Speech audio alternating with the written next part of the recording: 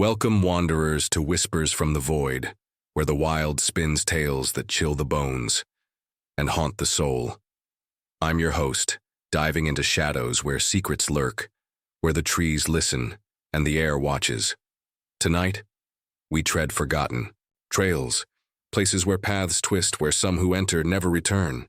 These are stories of the lost, the hunted, the changed. Grab a warm drink, lock your doors, dim the lights, and settle in. If you've felt the forest's gaze, heard your name in the dark, stay with us. Share your story in the comments below, slow, clear, like you're whispering by a dying fire. Hit that like button, subscribe, and ring the bell for more eerie adventures. Let's plunge into the darkness. Our first tale begins now. Story 1, Ava's Path. My name's Ava, 31, a data analyst from Raleigh, North Carolina. My life was a monotonous, soul-crushing grind. Endless spreadsheets that bled into one another, email chains that were Sisyphean tasks, and screens that burned my eyes raw deep into the night. It was suffocating, truly. I felt like I was drowning in neat lines of code and sterile data points, my own soul flickering like a dying monitor. I desperately needed an escape, something visceral and real to jolt me awake. So I planned a solo hike in the Pisgah National Forest, deep in the backcountry, far from the manufactured cheer of tourist trails and the incessant, invisible hum of Wi-Fi. I wasn't a novice. I'd camped before, knew my gear inside and out. A rugged GPS with a freshly installed battery, topographic maps folded into neat, precise squares, a heavy, fixed-blade knife strapped securely to my belt, and a satellite phone tucked deep in. My pack only for the direst of emergencies. I told my friend Claire I'd be out there, somewhere in the vast, untamed wild. I gave her no exact coordinates, just a vague promise to check in when I got back to civilization. I remember her slight frown, but I just shrugged it off.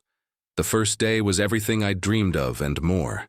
The air was sharp and clean, stinging, my lungs with the scent of pine, sunlight filtering through a dense canopy of impossible green, my boots crunching rhythmically on a thick carpet of damp earth and fallen needles. For the first time in years, I felt free, my mind blissfully unclouded, my steps steady and sure. I set up camp beside a babbling creek, its water so clear it looked like liquid glass, and I slept soundly under a sky heavy with a brilliant spray of stars. Day 2. That's when everything changed. I found a trail, or what was left of one. It was faint, barely a scar weaving through the dense ferns and thorny brambles, almost invisible to the eye. It wasn't on my map, not a single blip on my GPS app. Despite that, something about it pulled at me, like a low, insistent whisper in the marrow of my bones. I followed, even though my gut twisted into a tight, cold knot, a primal part of my brain screaming at me to turn back, to stick to the known and the mapped. The forest immediately began to shift. The trees grew tighter, their branches interlocking, overhead to choke the light. Their bark was etched with deep, jagged lines, looking disturbingly like claw marks from something far too big, far too angry. The air turned heavy, almost syrupy, thick with the smell of damp earth and rotting moss, and something else, something sharper underneath it all.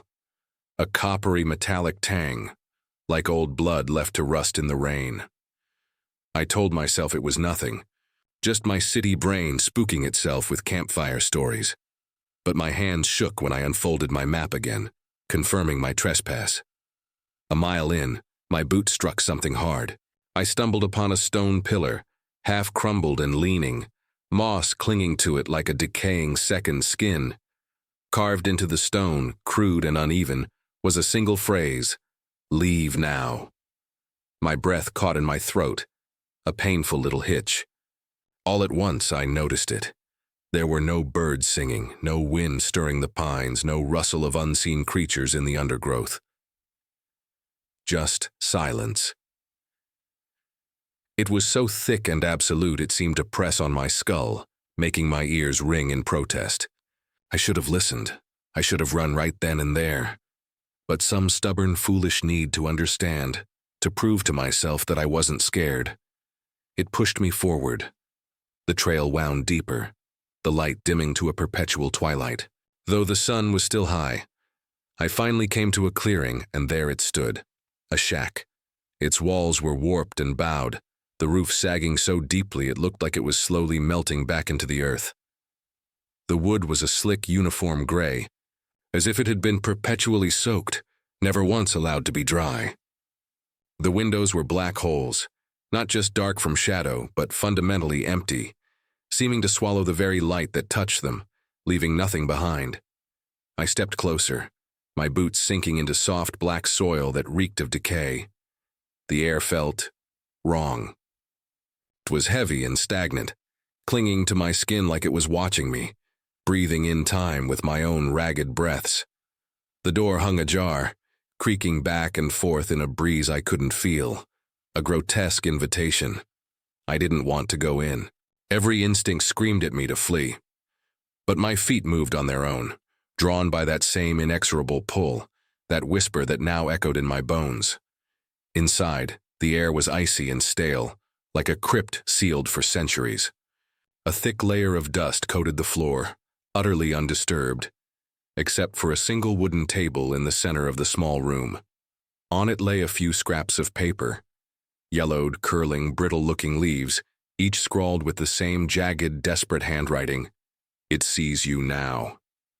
My heart pounded against my ribs, a frantic drumbeat in the suffocating stillness. I backed slowly toward the door, my eyes darting wildly, catching shadows that flickered and danced in corners far too small to hold them. I felt something. A distinct sensation, like ghostly fingers brushing the back of my neck, cold and unnervingly deliberate. I spun around. Nothing was there. But my shadow was gone. I looked down at the floor around my feet. The ground simply refused to cast. My flashlight, which I'd pulled from my pack, flickered once and died. Its screen cracked, the battery completely dead despite being fully charged that morning. I scrambled outside, my heart racing, but the trail I'd taken, it was gone. It had been replaced by an impenetrable wall of thorns and twisted, angry roots, as if the forest itself had sealed me in. Panic clawed at my throat, hot and sharp. I pushed blindly through the trees, branches snagging my pack, tearing at the skin on my arms, until I found a small hollow, a miserable patch of bare dirt, barely enough space. I pitched my tent, my hands trembling so badly I nearly snapped. The poles, the thin canvas flapping like the wings of a trapped bird. The forest was silent again. Too silent. No crickets, no owls, just a profound, listening nothing. I crawled inside, zipped the flap shut until it was taut, and gripped my knife, its handle a cold, solid anchor in my palm. That night, the scratches came. They were slow and deliberate, circling the tent, the sound of nails dragging methodically, across bark, then testing the taut fabric. Scrape, drag, pause. I held my breath until my lungs burned, didn't move a muscle, didn't dare make a sound. The scratches grew louder, closer, more confident, like whatever was out there. Knew I was inside, knew I was listening. Then as suddenly as they started, they stopped. And the silence that followed was 1,000 times worse.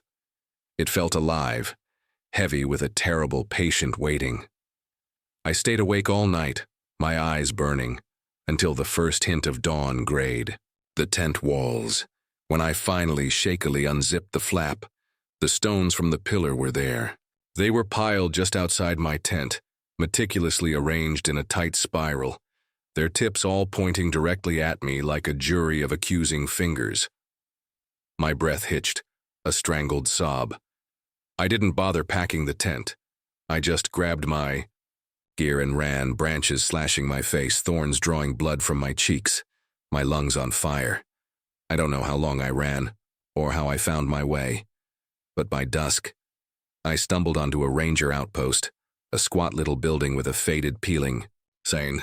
The ranger, an older woman with weathered hands and eyes that seemed to hold a deep, settled weariness, listened to my story, her face tight and unreadable. That valley's been officially closed since the 70s, she said, her voice low and graveled. Hikers went missing. We'd find their tents, all their gear left behind, but no bodies. We don't map it anymore. I drove back to Raleigh in a daze. My gear, my phone, my GPS, it all started working again the moment I hit the main road, as if the forest had simply released its hold. But I'm not the same. At night, in the sterile safety of my apartment, I wake to scratches. Faint, slow, deliberate, just beyond my bedroom door. They come every single night, circling, waiting. I check the deadbolt constantly. I keep my old hiking knife on the nightstand, but I don't open the door. I will not want to open it. Sometimes in dreams I see the shack again, the door creaking open wider this time. And something indistinct inside, its eyes like black voids watching me. I wake up screaming, my own voice raw and terrified. I've stopped hiking entirely, traded trails for cracked pavement, but that whisper in my chest, it's still there, faint but persistent, calling me back. I burned my maps, deleted my hiking apps, but last week, a small stone appeared on my doorstep. It was flat and gray, carved with two crudely etched words. It sees. I threw it as far as I could. But the scratches, they're louder now, closer. I don't know what's out there or what it wants, but it hasn't forgotten me. Ava's path leaves a chill, a warning etched in stone and shadow. But the wilderness hides more secrets, deeper in the dark. Let's hear another tale, where the air hums with menace. Story 2. Elijah's Hum. My name's Elijah, 28, a freelance illustrator from Portland, Maine. My work, once a passion, had become a cage with invisible bars. It was a cycle of demanding clients who would ghost me after weeks of work, impossible deadlines that sliced my sleep into useless, ragged slivers, and a gnawing feeling that my creativity was bleeding out with every single rushed, soulless sketch. I was fading, my days a monotonous blur of bitter coffee and aggressive screen glare. My nights haunted by half-formed, beautiful ideas that slipped away like smoke the moment I tried to grasp them. I needed to breathe air that didn't taste of stale caffeine. I needed to find something real, so I grabbed my dusty camping gear and headed to the White Mountain National Forest, chasing a trail I'd found in a tattered old guidebook buried deep in a thrift store bin. The cover was missing, but the pages smelled of vanilla and thyme. One specific page was dog-eared, the trail marked in faded ink, with a handwritten scrawl in the margin. Avoid after dusk. It felt less like a warning and more like a dare, an invitation to a secret, and I was desperate enough to take it. I wasn't a seasoned camper, but I knew enough to get by. A sketchbook for my thoughts, a heavy-duty flashlight with spare batteries, a cheap compass that spun with a satisfying click, a one-man tent and a backpack stuffed with granola bars and water. I told my roommate I'd be gone for a few days, offering no specifics, just a vague wave as I walked out the door into the crisp autumn air. The drive to the trailhead was quiet, the road winding deeper through pines that seemed to lean closer, whispering with every mile. I parked, shouldered my pack, and stepped into the forest.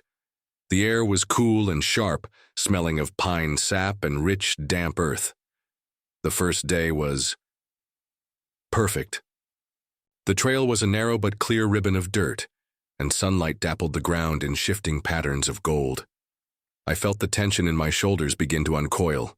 I sketched as I walked, the intricate patterns of twisted roots, the gnarled knuckles of old branches, the precise way light caught on a patch of vibrant green moss.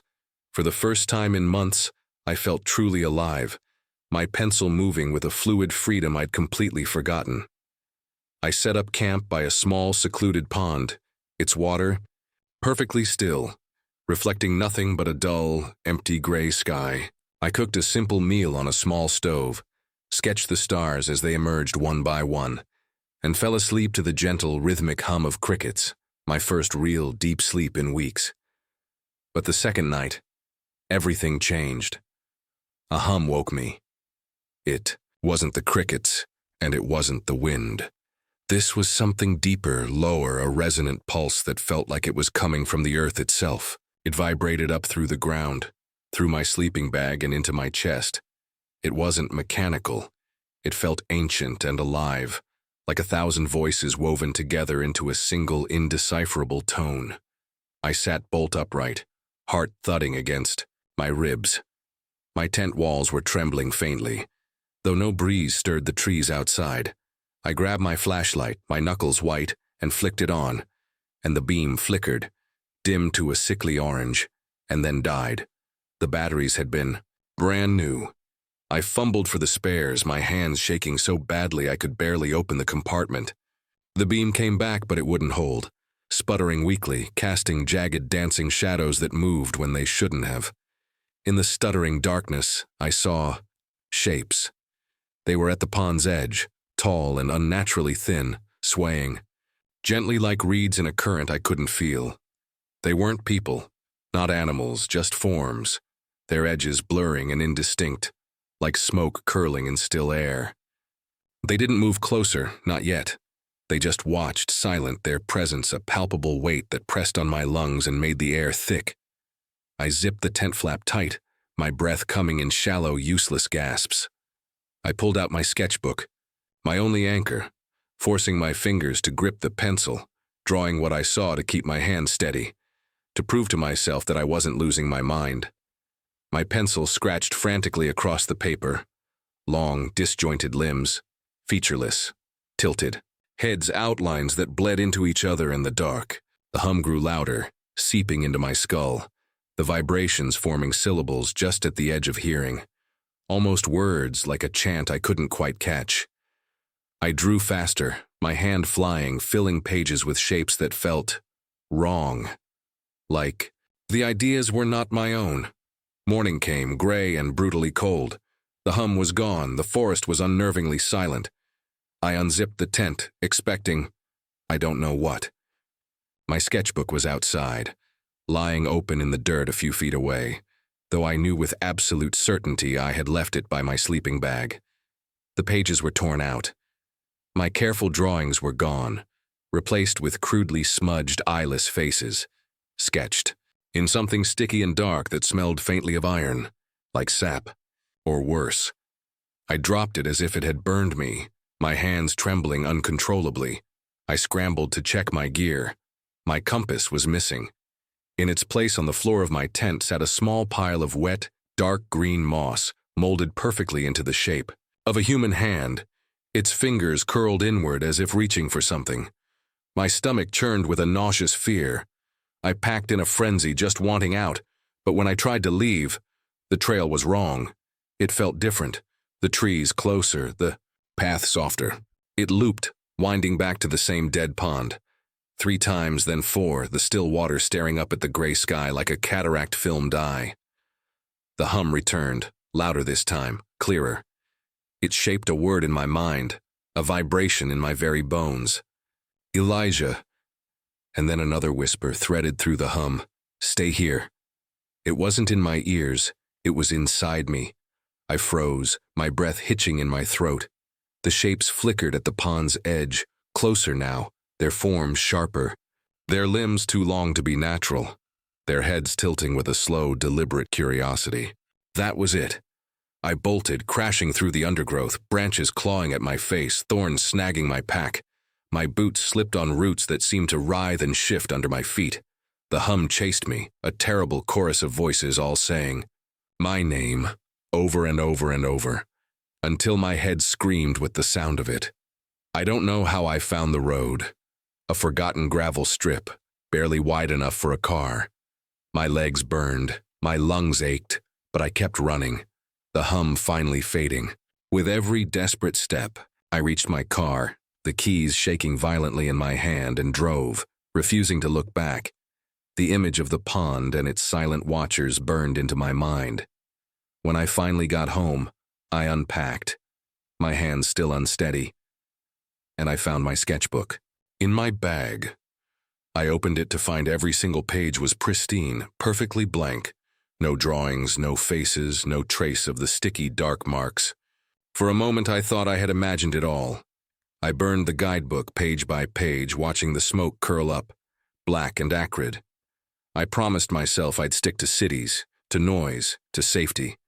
I moved to a loft downtown, surrounding myself with streetlights and concrete, with no trees to whisper in the dark. But the hum, it hasn't left me. It comes at night, soft at first, a faint low vibration in the walls like a distant engine. I try to ignore it, blasting music, keeping every light burning, but it always slips through. At 2 a.m., it's there. Elijah. The sound is clear, insistent, a pull deep in my chest as if it's calling me back. I don't sleep much anymore. My new sketches, they start normal. Buildings, portraits, still lifes. But then my hand slips, my focus blurs, and I find myself drawing them. The shapes, the eyeless forms, without meaning to. Last week, a pile of moss appeared on my doormat, wet and dark. Green, shaped like a hand with its fingers curled tight. I threw it out, scrubbed the concrete until my own hands were raw, but the hum is louder now. It's in the room with me every night, and my sketches, they're filling up with faces I can't see. Their blank features all turned toward me, watching. Elijah's hum lingers, a call that echoes in the bones, refusing to fade. But the wilderness has more voices, hidden in the shadows, waiting. Let's dive into another tale, where the light burns too cold. Story 3. Tessa's Light. My name's Tessa, 36. A librarian from Roanoke, Virginia. My life was quiet, orderly, books shelved neatly by decimal system, days spent in the sacred hush of the library, nights lost to novels by lamplight. It was a good life, a safe one, but it was empty, a predictable routine that had begun to feel like a cage, and my heart sometimes ached for something wilder. Every summer, my brother Caleb and I found that wildness. We'd escape to the Blue Ridge Mountains, a tradition we'd kept sacred since we were kids, pitching tents under ancient pines, building roaring campfires that spat sparks into the dark, and trading stories under a sky so thick with stars it looked like spilled diamonds. Those trips were my lifeline, the one time a year I felt truly, vibrantly alive. Last August, Caleb, ever impatient, went ahead to set up our camp. He texted me a photo of his old Jeep parked at the trailhead, his grin wide and familiar, the deep green of the forest looming behind him. "Got the best spot," he wrote. "Hurry up, slowpoke." I smiled, my chest warm with anticipation, packed my gear with practiced efficiency, and drove out the next day, eager for our ritual. But when I arrived, his Jeep was there, just as in the photo, but the driver's side door hung wide open. The keys were still dangling from the ignition, glinting in the afternoon sun. His favorite fishing rod, the one our dad gave him, was leaning against a tree, untouched. His backpack lay open on the ground nearby. A water bottle, a topographic map, a handful of protein bars spilled across the dirt, like he'd dropped everything mid-step, like he'd simply vanished.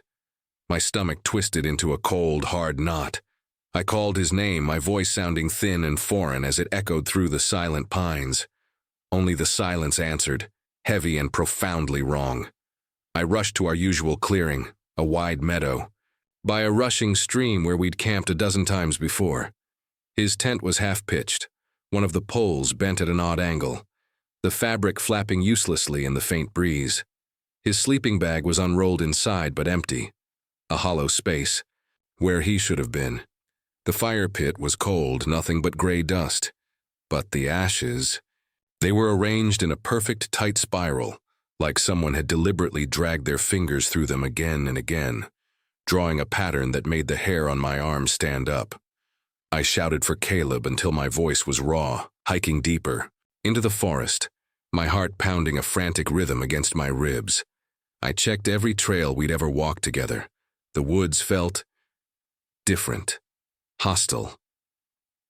The air was too still, and the trees seemed to press in, their branches clawing at the sky like skeletal fingers.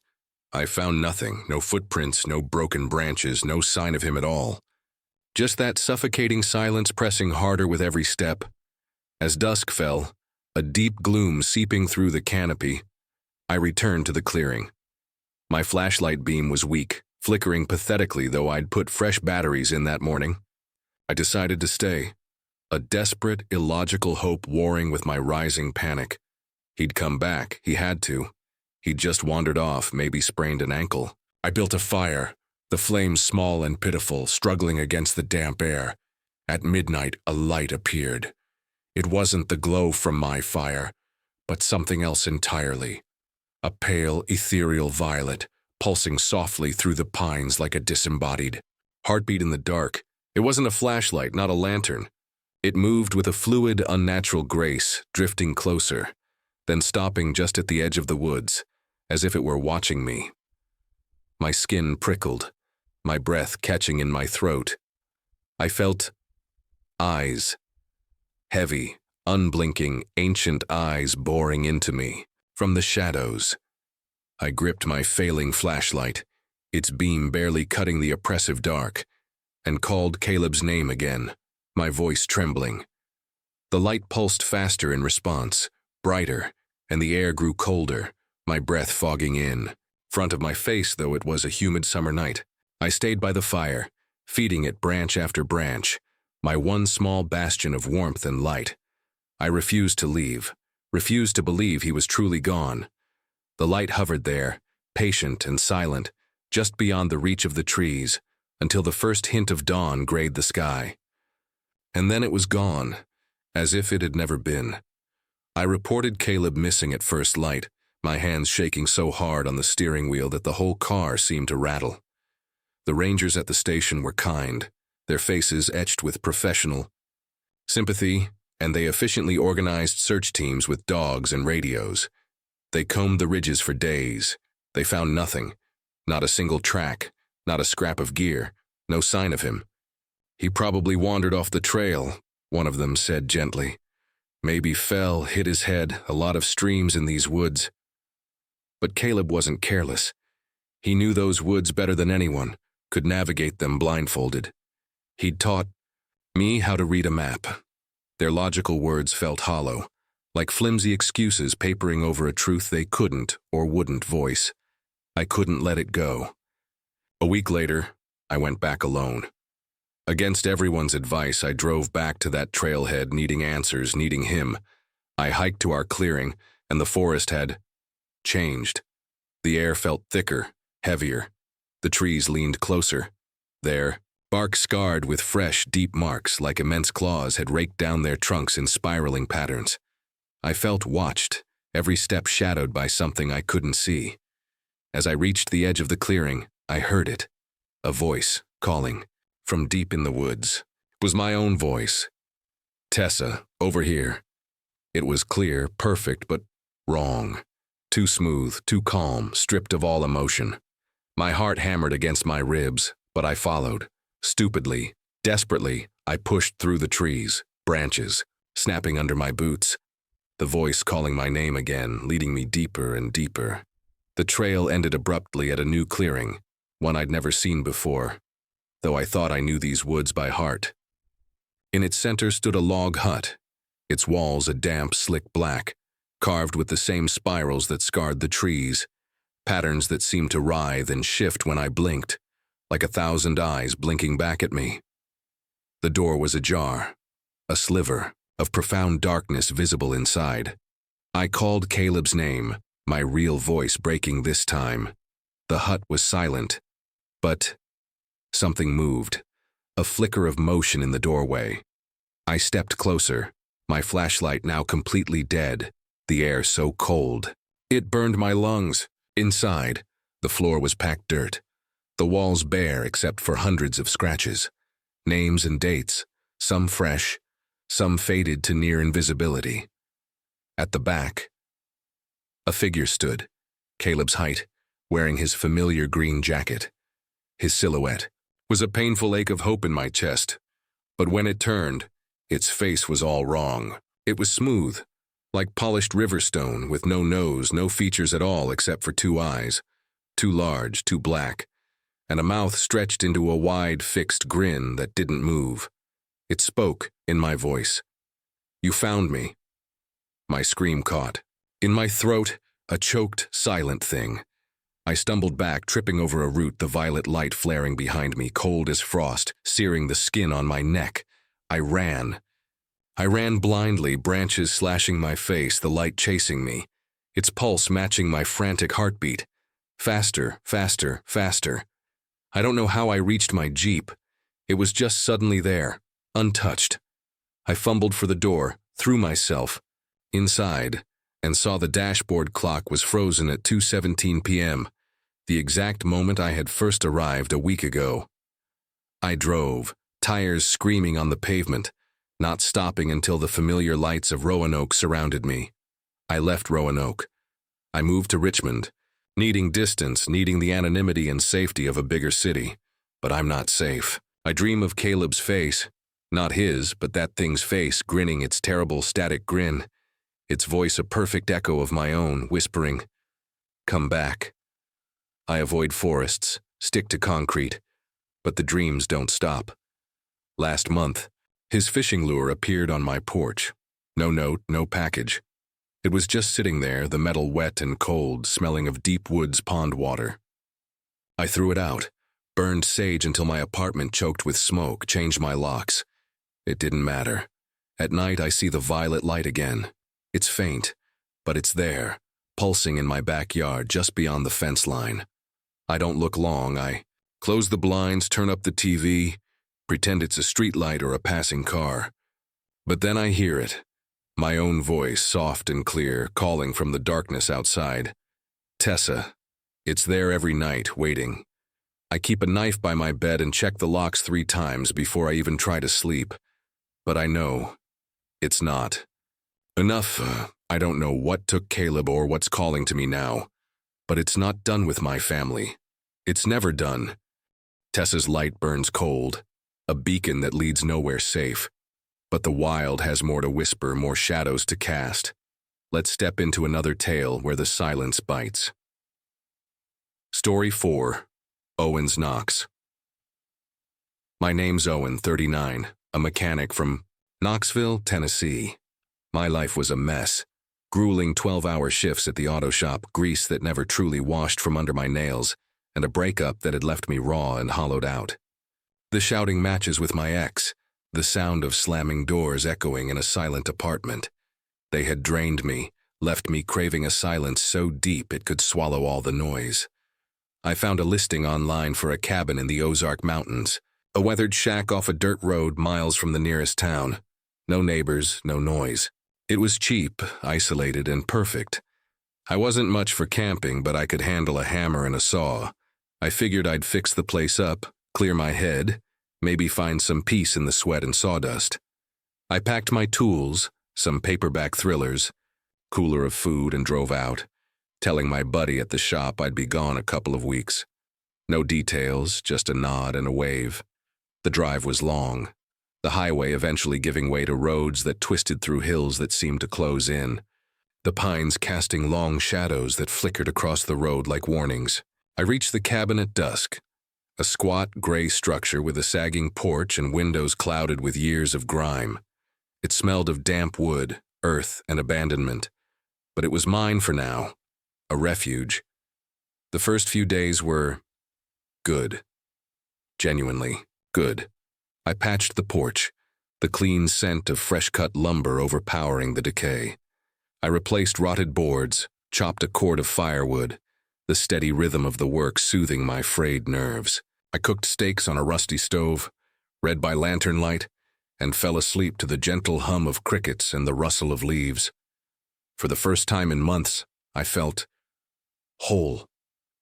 I felt like I could breathe again, like the weight of the world wasn't pressing down on my chest. But then, the silence changed. It wasn't peaceful anymore. It became heavy, expectant, like the entire forest was holding its breath, watching me. One morning I stepped outside with my coffee to find stones by the porch steps, small, smooth river stones, stacked in a perfect tower, 6 high. It was too precise for wind or animals. I frowned, a flicker of annoyance passing through me. I kicked them over, the stones scattering with a clatter, and figured it was some local kids playing a prank. though I hadn't seen another soul for miles. The next day, there were more stones. Another tower, this one taller, 10 stones high, balanced so impossibly that it seemed to defy gravity. My skin prickled. I did a slow scan of the tree line, my eyes straining. I saw nothing but pines, their branches unnervingly still. The air was too quiet. No birdsong, no squirrels chattering, just a profound and listening nothing.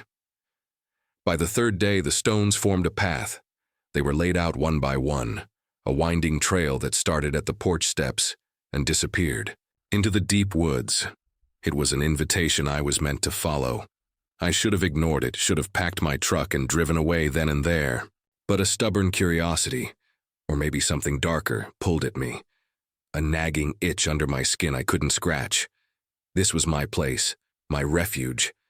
I wasn't going to be scared off by a pile of rocks.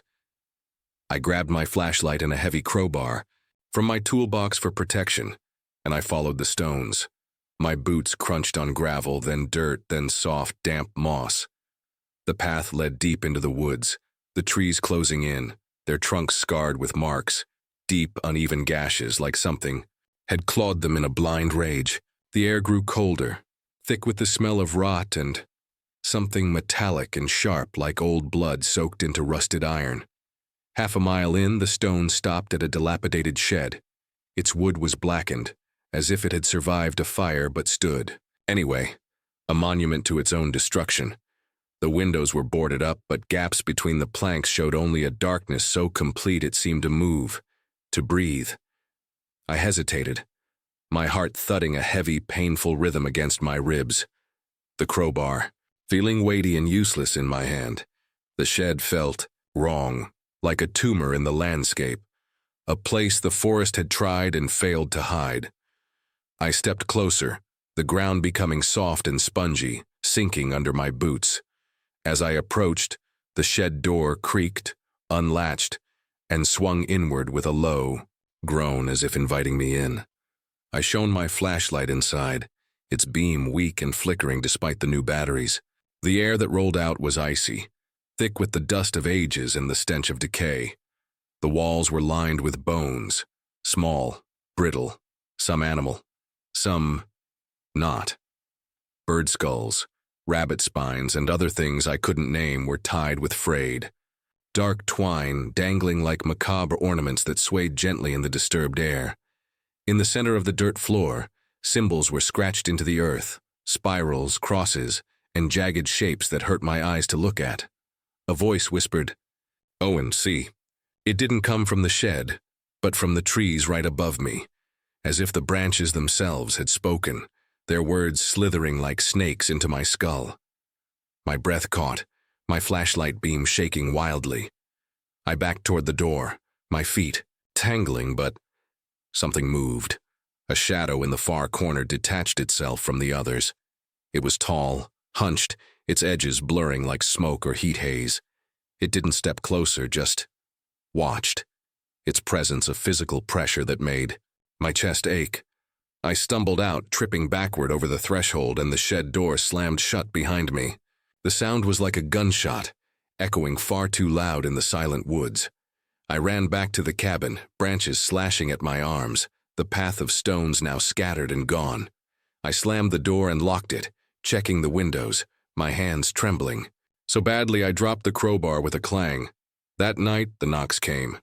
3 slow, deliberate thuds on the front door. Then, 3 fast, frantic raps.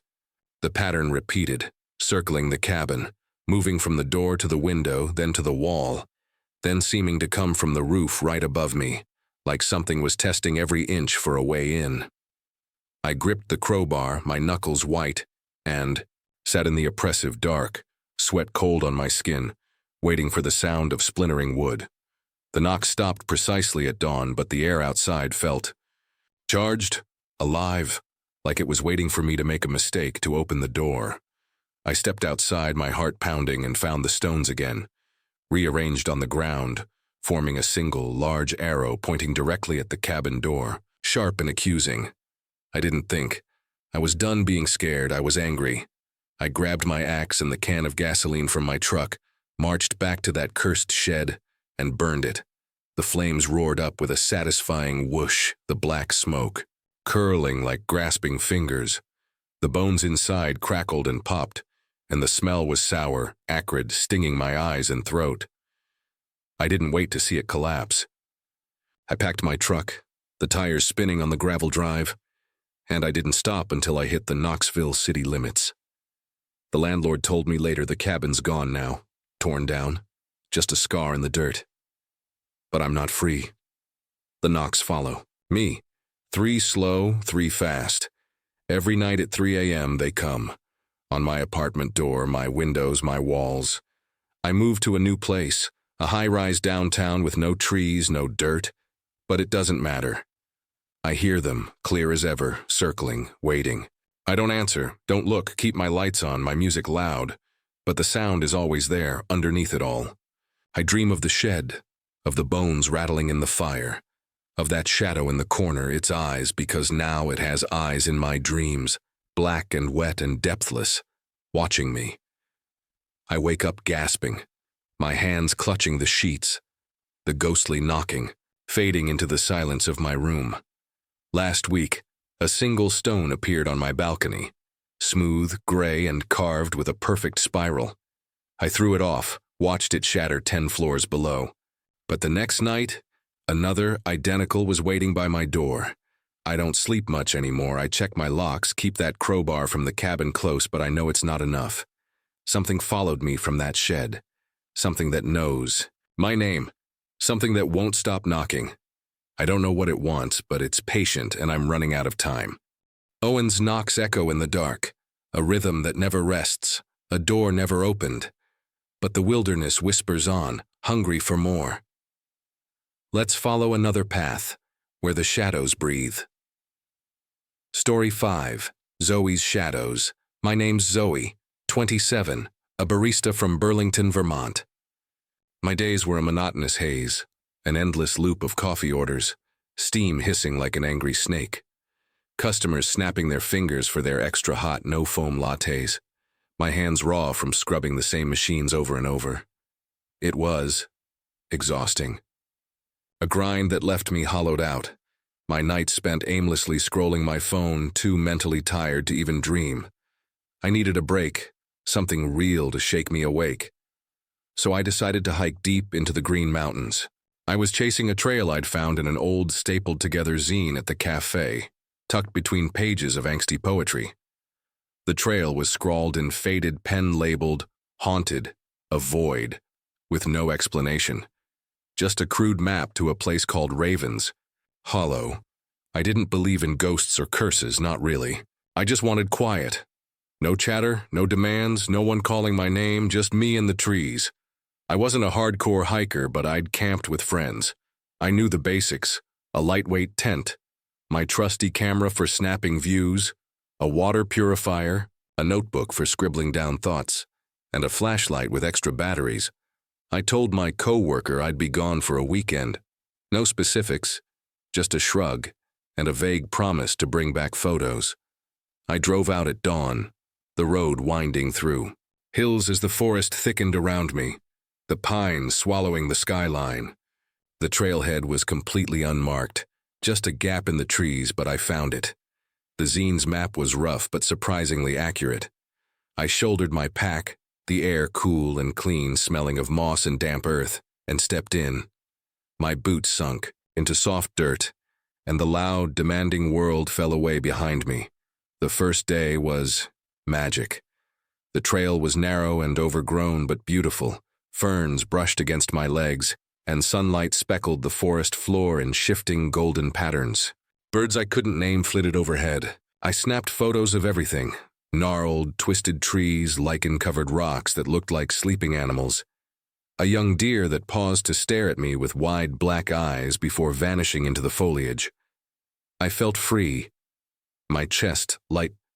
The constant noise of the cafe, a distant, faded memory. I set up camp in a small, perfect clearing, the ground soft with pine needles, a brook gurgling nearby. I cooked ramen on my tiny stove and wrote in my notebook, random thoughts, half-finished poems, The kind of stuff I never had time or energy for. The stars were so bright, sharper and clearer than I'd ever seen them from the city.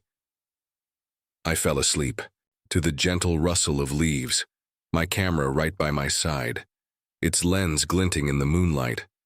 But the second night, it all unraveled. I woke to footsteps, heavy, deliberate crunching sounds circling my tent.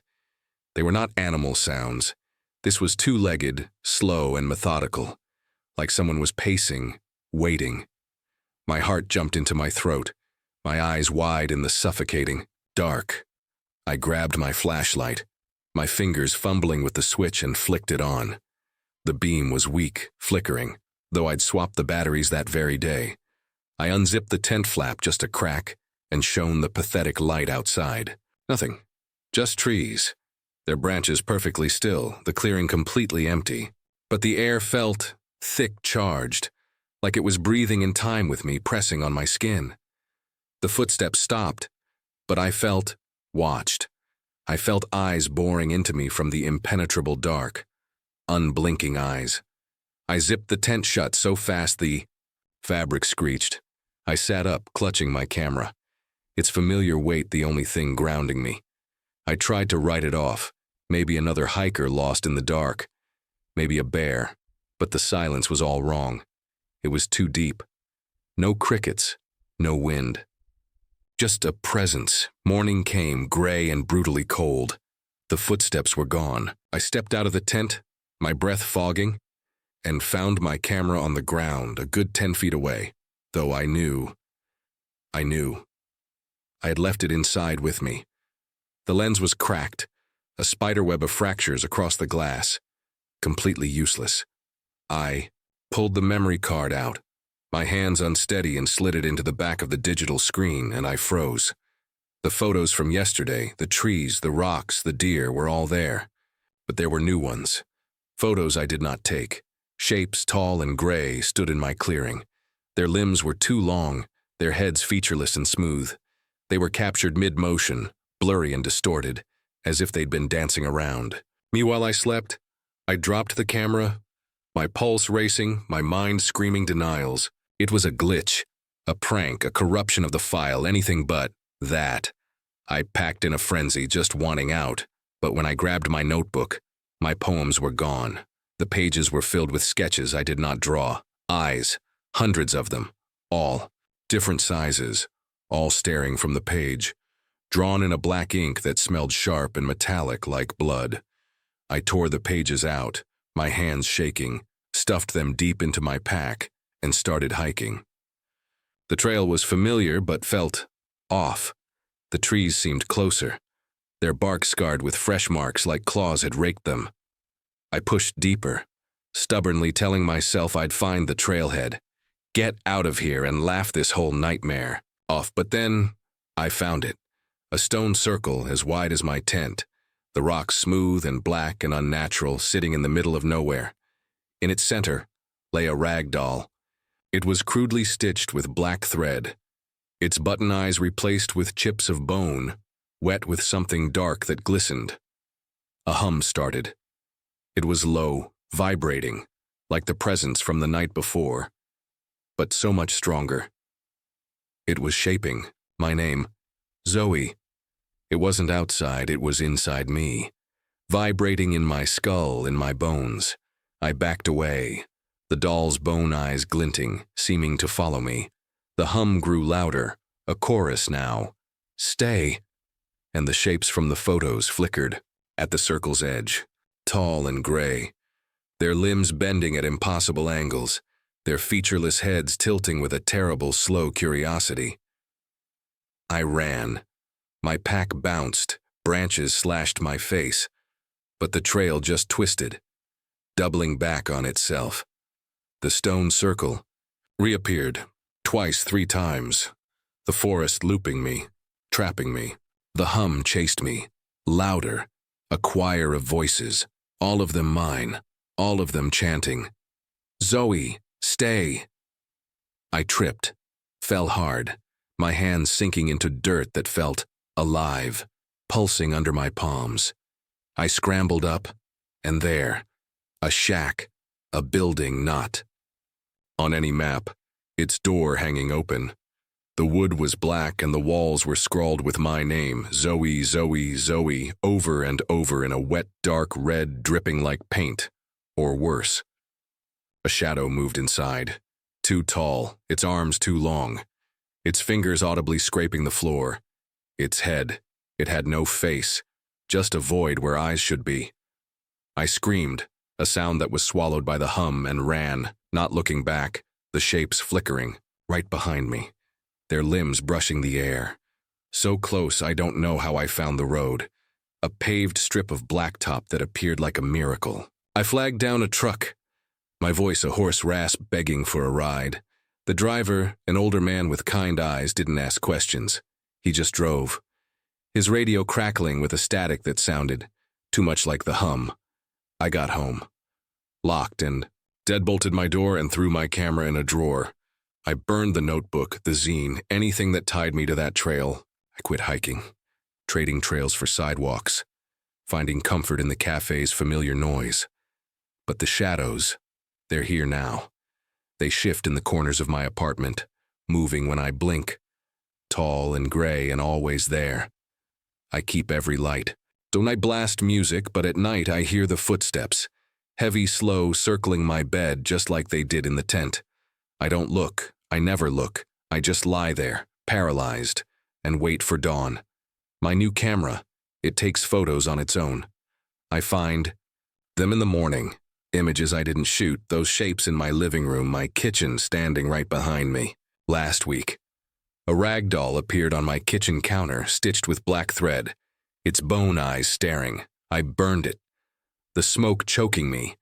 But the footsteps, they're louder now, closer, every single night. I don't know what followed me from Raven's Hollow, but it's not leaving, it's waiting, and I'm so scared I'm running out of places to hide. Zoe's shadows cling tight, a darkness that follows, uninvited. But the wild has more to whisper, more paths to twist. Let's walk another trail, where the air grows heavy. Story 6, Finn's Lights. My name's Finn, 29, a park ranger. From Gatlinburg, Tennessee. My life was the forest, patrolling trails, checking campsites, breathing air thick with pine and earth. It was steady work, grounding but lonely. The kind of quiet that creeps into your bones after years of walking alone. My dad was a ranger too, taught me the woods, how to read tracks, how to listen when the trees went silent. When he died last spring, he left me his cabin in the Cherokee National Forest, a small place tucked in a valley, his journals stacked on a shelf filled with notes on trails, animals, weather. I moved in, needing to feel close to him, to hold on to something solid. But one journal, it was different. The last page was circled in red ink, a single line. Avoid Crow's Gap at all costs. No explanation. Just those words. His handwriting shaky, unlike his usual steady scrawl. Crow's Gap wasn't on any park map, not in my GPS, not in the ranger's logs. I asked the older guys at the station, they shrugged. Said it was probably a nickname, a forgotten place. Nothing to worry about. But Dad wasn't one for ghost stories or warnings without reason. His words stuck with me, a splinter in my mind. So I decided to find it. I packed light, a day pack, water, a flashlight, my dad's old knife, its handle worn smooth from years of use. I told my supervisor I was checking a remote trail, kept it vague, didn't mention Crow's Gap. The forest felt, right at first, familiar. My boots finding the rhythm of the earth, the air cool, smelling of moss and cedar. I hiked for hours, following Dad's journal, piecing together clues, a ridge here, a stream there, until I found it. A narrow pass between two cliffs, hidden by pines so dense they blocked the sun. Crow's Gap. The air was different, still heavy like it hadn't moved in years. I stepped in, my flashlight ready, though it was midday. The ground was bare, no grass, just dirt packed hard, dotted with a ring of charred stones, black as coal, arranged too perfectly, like a ritual. In the center, a rusted hatchet buried blade down, its handle carved with eyes, small, crude, staring up at me. My skin prickled. No birds called, no squirrels chattered, just silence, so deep it buzzed in my ears. I knelt by the hatchet, my fingers brushing the handle, cold despite the sun. The carvings felt alive, like they watched me back. I pulled my hand away, my heart thudding, and noticed the stones. Each had a mark, a scratch, forming a spiral that led to the hatchet. I stood, my flashlight flickering though I'd checked it, the beam catching something. A shimmer in the air like heat rising from pavement, but colder, wronger. I should have left then. But Dad's warning. It wasn't just a warning. It was a question. Why Crow's Gap? What had he seen? I needed to know for him, for me. I camped nearby. A small clearing just outside the gap. My tent pitched on uneven ground. The forest was too quiet. No wind, no life, just wait.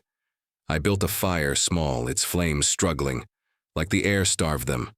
I read Dad's journal by the glow, searching for clues, but the pages were cryptic, sketches of spirals, notes, about lights and voices, words like "don't look" scrawled in margins.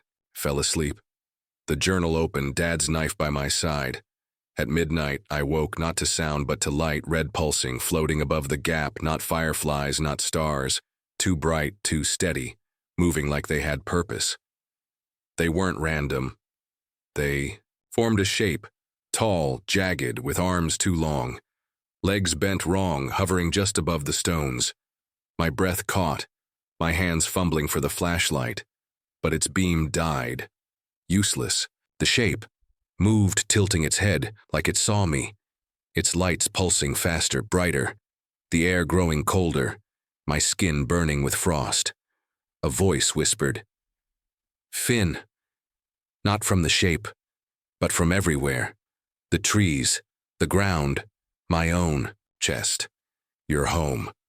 It wasn't Dad's voice, but it knew me, knew my name, and it pulled like a hook in my gut, urging me to step closer, to join it.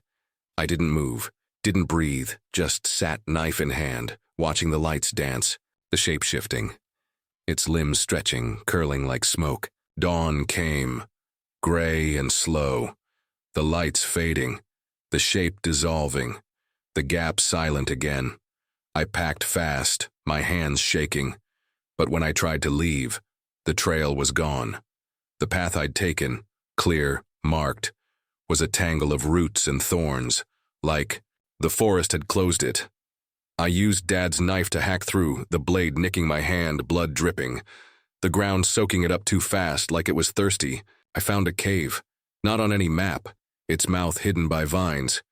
I didn't want to go in, but the forest, it pushed me, branches snapping behind me, the air thick, urging me forward. Inside, the walls were wet, slick, scratched with names, dozens, hundreds, some faded, some fresh.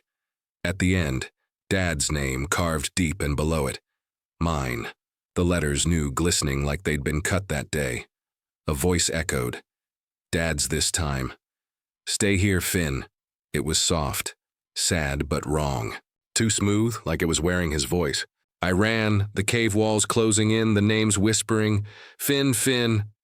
I stumbled out, the forest shifting, the trail back, like it let me go. I reached my truck, drove to the ranger station, reported nothing. How could I? The others would think I was drunk, crazy. I searched the park records. No cave, no Crow's Gap, just blank maps and shrugs. I sold the cabin, moved to a condo in Knoxville. No trees, no dirt, just concrete and noise. But the lights, they're here. Red, pulsing, flickering in my bedroom. At midnight, faint at first, then brighter. Forming that shape, tall, jagged, watching me. I don't sleep. Keep my TV on. My blinds shut, but they slip through, glowing through the cracks. I hear Dad's voice. "You're home." Soft every night, from the walls, the ceiling, my own head. I burned his journals, the pages curling black, but it didn't help. Last month, a hatchet appeared on my doorstep, rusted, its handle carved with eyes, just like the one in the gap. I threw it in the river, watched it sink, but the lights, They're brighter now, closer, and the voice is louder. Finn, I keep Dad's knife by my bed. Check my locks. But I know, it's not enough. Something found me in Crow's Gap. Something that knows my name, that wants me back.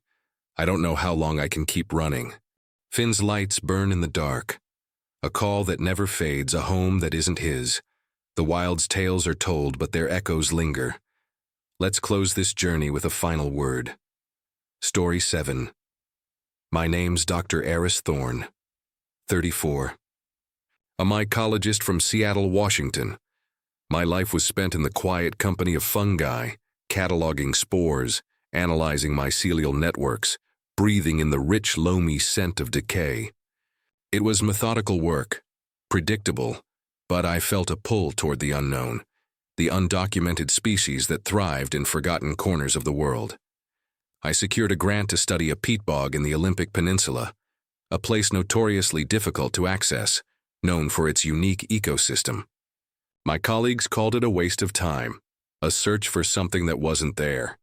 But my gut told me otherwise, a deep-seated feeling that something was waiting. I packed my gear, sample cases, a microscope, waterproof waders, and a satellite phone for emergencies.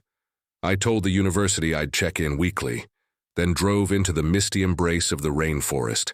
The hike in took 2 full days, the air growing heavier with each step, thick with the smell of wet earth and cedar.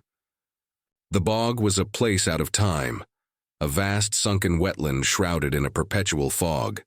The silence was absolute, not even the buzz of insects, just the soft squelch of my boots in the peat. On the 3rd day, I found it. It was a fungus, unlike any I had ever seen, not growing on a log but pushing up from the bog itself. It was a shimmering, bioluminescent blue, its cap shaped like a perfect spiraling galaxy. Its gills pulsed with a soft internal light. I was ecstatic. This was the discovery of a lifetime.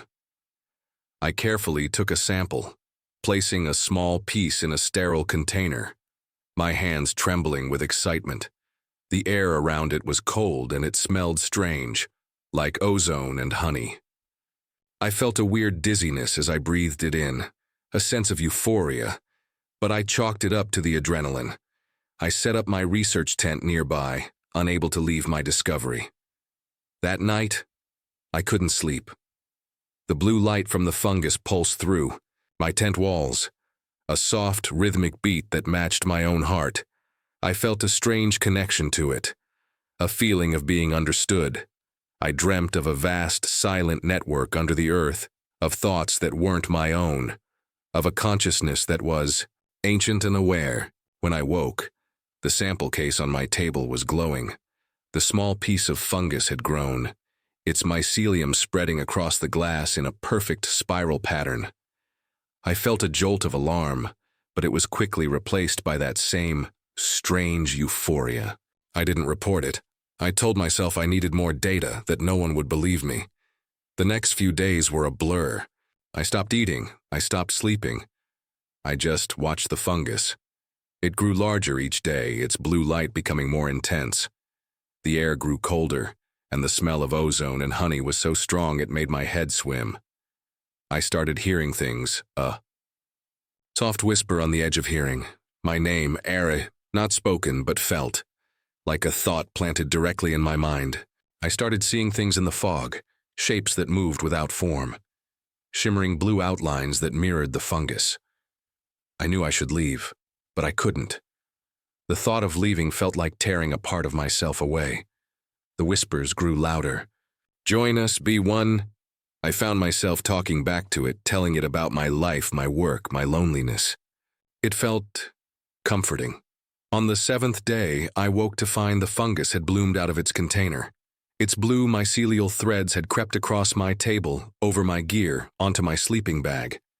They glowed with an impossible light. The whispers were a chorus now. The bloom is coming, the bloom is you. I looked at my hand and saw them, faint blue lines under my skin, branching from my fingertips, glowing with the same soft light. They were moving up my arm. It wasn't painful, it felt right. like I was finally becoming part of something whole. I found my satellite phone. The whispers urging me. Tell them to come, show them the bloom. I keyed in the number for the university, my fingers tracing the glowing spirals on the phone's case. I don't know what I'll say when they answer, but I know they need to see this. They need to see what I've become. The whispers are so loud now, and they all sound like me. Dorisate, my name's Lena Petrova, 42, a historian from Denver, Colorado. My career was built on dust and echoes, poring over forgotten archives, chasing the ghosts of dead towns, trying to piece together stories that were never fully told. I was good at it, meticulous, patient, but the work was isolating, a life spent with the dead more than the living. I found a reference in a crumbling county ledger to a mining town called Silo, high in the Rockies, abandoned in the winter of 1903. The record was sparse, just a note about a mass exodus, a sonic disturbance, and then silence. No further records, no follow-up reports. The town had been wiped from the maps. It was a mystery, and I couldn't resist. I packed my Jeep with research materials, recording equipment, and enough supplies for a week. I told my department I was doing field work, left the destination vague. The drive took me up old logging, roads that eventually dwindled to nothing. I had to hike the last 5 miles, guided by old survey maps. The town was nestled in a high, desolate valley. The buildings were still standing, weathered and gray, their windows like vacant eyes. A fine layer of red dust covered everything, blown up from the collapsed mine entrance that gaped at the far end of the valley. A single rusted ore cart sat on its tracks, pointing toward the mine, like a silent accusation. The first few days were productive. I photographed the buildings, cataloged artifacts I found in the old general store, and set up my audio recorders around the valley, hoping to catch ambient sounds. The silence was profound, deeper than any silence I had ever known. Not just an absence of noise, but a presence of quiet that felt heavy, unnatural. At night, I'd sit in the old assayer's office, my makeshift base, and listen to the recordings. Nothing but wind and the faint creak of old wood. But on the third night, I heard it faintly at first on the recording from the recorder nearest the mine. It was a low resonant hum, a single sustained musical note that seemed to have no source. It made the hairs on my arm stand on end. I moved the recorder closer to the collapsed mine entrance the next day. That night, the tone was louder, clearer. It wasn't just a hum, it had a strange, complex overtone. It was a sound that felt both beautiful and deeply, deeply wrong. It burrowed into my skull. I couldn't get it out of my head. I started humming it to myself without realizing it. I stopped sleeping. I'd just sit in the dark, listening to the playback over and over, transfixed. My research notes became strange. I stopped writing about the town's history and started trying to transcribe the tone-filling pages with musical notation that made no sense, spirals and jagged lines that mirrored the sound's strange harmony. By the 5th day, I didn't need the recorders anymore. I could hear the tone all the time. It was in the wind, in the rattling of the windows, in my own heartbeat. It was coming from the earth beneath my feet. I started having waking dreams, visions of the miners, their faces gaunt, their eyes wide. With a kind of ecstatic terror, I saw them dropping their tools, leaving their homes, walking out into the snow, all of them humming that same impossible note. They weren't fleeing, they were being called. The tone whispered to me, not in words, but in feelings, a promise of communion, of shedding the weight of my own singular mind and joining a greater, silent chorus. It felt wonderful. I walked to the mine entrance, the tone pulling me forward. The red dust swirled around my feet. The sound was so loud now. It was a physical pressure against my skin. I could feel the ground vibrating. I saw carvings in the rock around the entrance, the same spirals and jagged lines from my notebook. The miners had been trying to write it down too. I found my own hand was shaking, not with fear, but with anticipation. I picked up a sharp rock and without thinking, I began to carve my own name into the stone wall. The tone swelled, a crescendo that felt like coming home. I don't have my recording equipment anymore. I don't need it. The tone is inside me, now. It's writing its own story in my mind. And soon I think I'll join the chorus for good. That's the last of tonight's descent into the Appalachian shadows, where the mountains hold their secrets tight. 7 tales, each a thread in the dark tapestry of these ancient hills, woven from the fears of those who walked their paths. If these stories sank their claws into you, hit that like button to let the shadows know you're here. Subscribe and ring the bell to join the restless souls who crave more. Drop a comment below. Where are you watching from? And have you ever felt something watch you in the woods? Share this video with friends who dare to listen, and tell us your own eerie encounters. The best might haunt our next episode. The fire's dying, but the darkness lingers. Sleep lightly, and we'll meet again soon.